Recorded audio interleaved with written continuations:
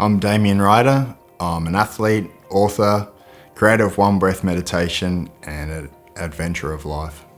Look, for men's mental health, I think it's important to really understand it. And for me, that's evolved over the years. It's a very generic term, I feel. And I think people label themselves and categorize themselves in this mental health sort of circle, but it seems to be very tunnel visioned in such a negative space. I think it should be renamed to just daily healthy habits.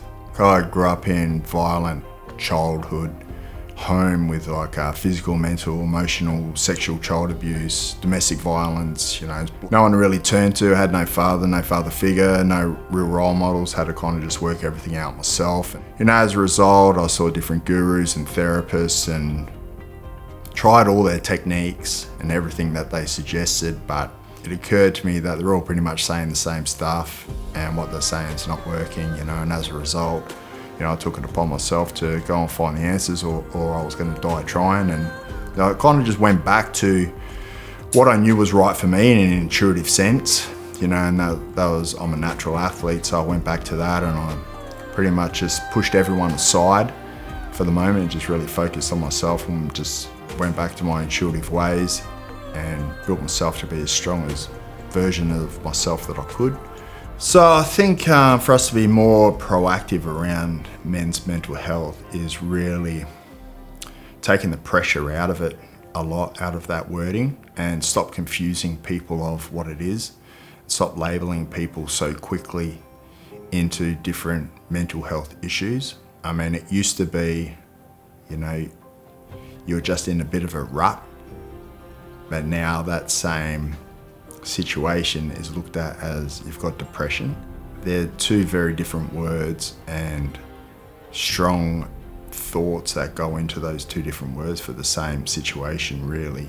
A lot of people, they need to have a look at themselves and have a look at their daily habits, how they're eating, how they're socializing, what they're doing on a normal basis before they start being quick to label themselves as having mental health problems. And I dealt with a lot of stuff when I was a kid, but I don't look at anything as like an isolated tunnel incident that happened that's going to control the rest of my life. I open up a lot wider, and I get rid of generic words as well, like, limitless and, pushing the boundaries. For me, it's just about breaking those boundaries down and just opening up life more. That's forward and that's backward as well. We need to just turn the narrative around and look at our goals going forward, but just take the pressure off it. I'm grateful for everything in life.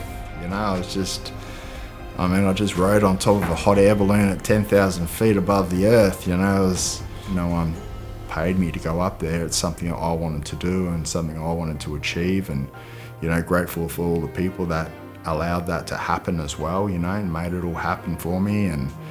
But yeah, I'm just grateful to be able to be the person who I am and to be able to share all my experiences with everyone else.